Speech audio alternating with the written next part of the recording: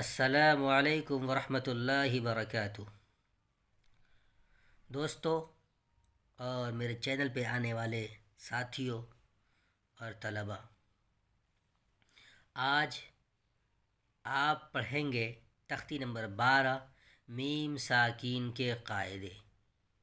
میم ساکین کے کچھ قاعدے ہیں جن کو سمجھ کر پڑھنا ہے۔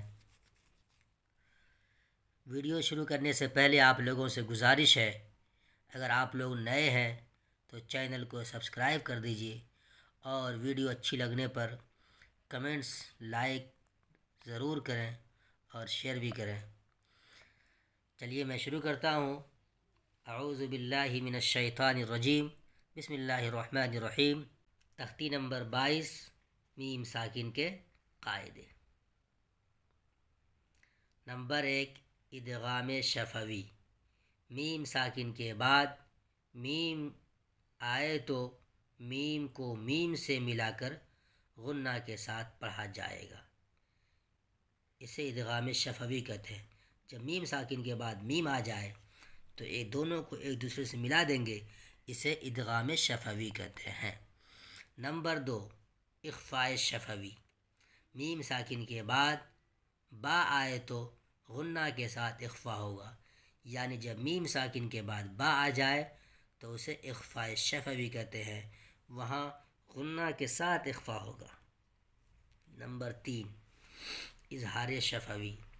میم ساکن کے بعد با اور میم کے علاوہ کوئی اور حرف بالخصوص واو یا فا آئے تو میم کو ظاہر کر کے پڑھنا چاہیے، جیسے اردو میں ہم تم کی میم۔ یعنی جب میم ساکن کے بعد با اور میم کے علاوہ کوئی دوسرا حرف آ جائے، خاص طور پہ جب واو اور فا آئے تو میم کو ظاہر کر کے پڑھیں گے، اسے اظہار شفوی کہتے ہیں۔ جیسے اردو میں بولتے ہیں ہم تم، تو میم بالکل ظاہر ہو رہا ہے، وہاں رکتے نہیں ہیں، تو ویسے ہی یہاں پر بھی ہوگا۔ ادغام شفوی۔ الیکم مرسلون لهم ما يشاءون في قلوبهم مرض فهم معرضون۔ ان چاروں مثال میں میم ساکن کے بعد میم آیا ہے، اس لیے ادغام شفوی ہوگا۔ دیکھیے الیکم میم ساکن ہے پھر میم آیا، یہاں پر بھی دیکھیے میم ساکن ہے پھر میم آیا، یہاں پر بھی دیکھیے میم ساکن کے بعد میم آیا، یہاں پر بھی میم ساکن کے بعد میم آیا۔ یہ ادغام شفوی ہے۔ اب اخفاء شفوی میں میم ساکن کے بعد با آئے تو غنہ کے ساتھ اخفا ہوگا۔ دیکھیے یہاں پر میم ساکن کے بعد با ہے، میم ساکن کے بعد با ہے، میم ساکن کے بعد با ہے، میم ساکن کے بعد با ہے، تو یہاں پر اخفاء شفوی ہوگا۔ دیکھیے ان ربهم بهم ترمیہم بحجارۃ وما هم بمؤمنین فبشرهم بعذاب۔ اب اظہار شفوی،